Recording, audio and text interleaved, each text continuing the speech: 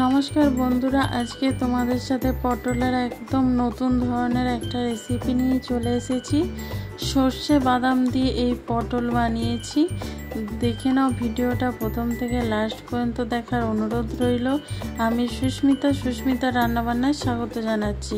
তোমাদের গ্যারান্টি দিয়ে বলতে পারি এই পটলের রেসিপিটা একবার খেলে মুখে লেগে থাকবে। চলো তাহলে দেখে নেওয়া যাক।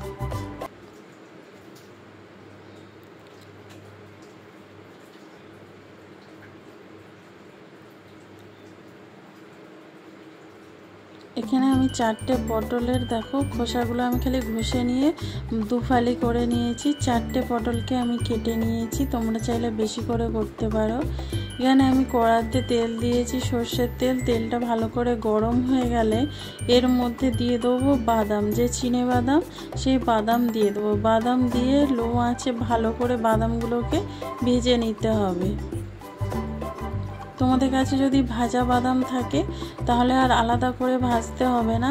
তবে এখানে হচ্ছে আমার কাছে ভাজা বাদাম ছিল না, কাঁচা বাদাম ছিল, সেই জন্য আমি তেলে এখানে ভেজে নিচ্ছি। আর লো আঁচে ভাজবে, নাহলে বাদামগুলো পুড়ে যাবে, তখন কিন্তু রেসিপিটা একদম ভালো লাগবে না। আর এই রেসিপিটার মেন মশলাই হচ্ছে এই বাদাম। এখানে বাদামটা ভাজা হয়ে গেছে, দেখতেই পাচ্ছ একদম লাল লাল করে।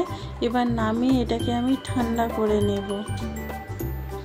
তোমরা চাইলে খোসাটা ছাড়িয়ে নিতে পারো, কিন্তু আমি খোসা ছাড়াবো না, খোসা সহই কিন্তু রান্নাটা করব।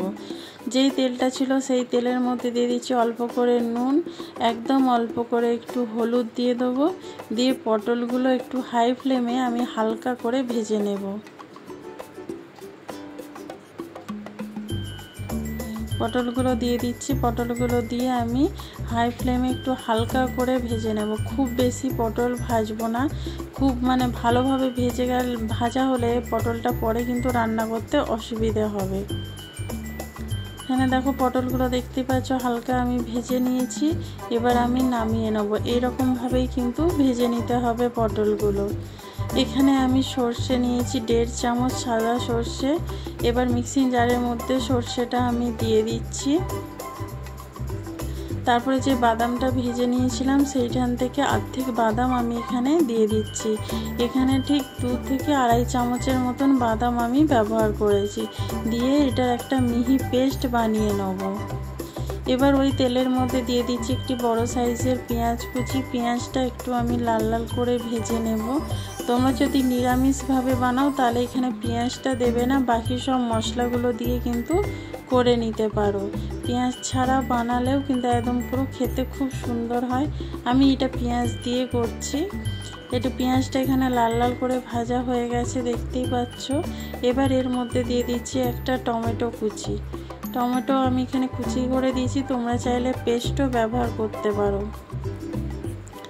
দিয়ে এবার ভালো করে মশলাটা কষিয়ে ভেজে নিতে হবে। পেঁয়াজ আর টমেটোটা আবার আমি ভালো করে ভেজে নেব।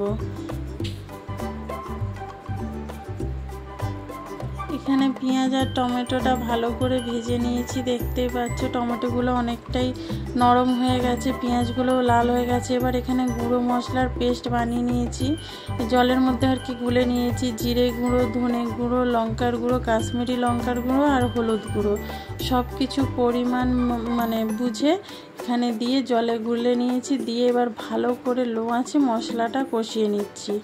এবার এর মধ্যে দিয়ে দিচ্ছি আমি স্বাদ মতো নুন। তরকারিতে যতটা নুন প্রয়োজন আমি একবারেই কিন্তু এখানে দিয়ে দিলাম। দিয়ে আবার আমি মশলাটা ভালো করে কষিয়ে নেব। এই নুন দিয়ে কষালে কী হবে, পেঁয়াজটাও নরম হয়ে যাবে আর টমেটোগুলোও খুব ভালো রকম নরম হয়ে যাবে। এভাবে মশলাটা ভালো করে কষিয়ে নেব।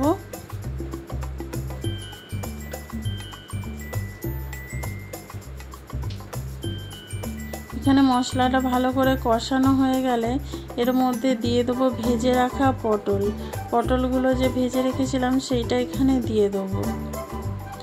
দিয়ে মশলার সাথে ভালো করে পটলগুলো একদম কষিয়ে নেবো একদম। তোমরা চাইলে একটু মাঝ বরাবর কেটে দিতে পারো, চৌকো চৌকো করেও কিন্তু পটল কাটতে পারো। তবে এইভাবে করে রান্না করে দেখবে, খেতে খুব ভালো লাগে। এই পটলের তরকারিটা দিয়েই না তোমরা গরম ভাত, রুটি, পরোটা কিন্তু খেতে পারো। এবার মেন উপকরণটা দিয়ে দেবো, বাদাম আর সর্ষে যে পেস্টটা বানিয়ে রেখেছিলাম সেইটাই এখানে দিয়ে দেবো। এবার অল্প করে জল দিয়ে ভালো করে মিশিয়ে এর মধ্যে দিয়ে দেবো, দিয়ে লো আঁচে মশলাটা কষাতে হবে, কারণ যেহেতু বাদাম আছে নাহলে নিচে লেগে যাবে। এই রান্নাটার মেন মশলাটাই হচ্ছে এটা, সেই জন্য সর্ষে আর বাদামের পরিমাণটা একটু বেশি করে দিতে হবে। দিয়ে দেখো লো আঁচে ভালো করে মশলাটা কষিয়ে নিতে হবে। আর পটলটার সাথে এই মশলাটা কষিয়ে নিলে পটলের স্বাদটা পুরো অসাধারণ লাগে খেতে। তোমরা অবশ্যই কিন্তু একবার বানিও, তারপরে আমাকে জানাবে যে তোমাদের কেমন লাগলো। দেখো এবার লো আঁচে ভালো করে মশলাটা আমি এখানে কষিয়ে নিচ্ছি। এখানে মশলাটা কত সুন্দর কষানো আছে দেখতে পাচ্ছ, একদম তেল ছেড়ে দিয়েছে। এবার এখানে দিয়ে দেবো আমি 1 বাটি জল।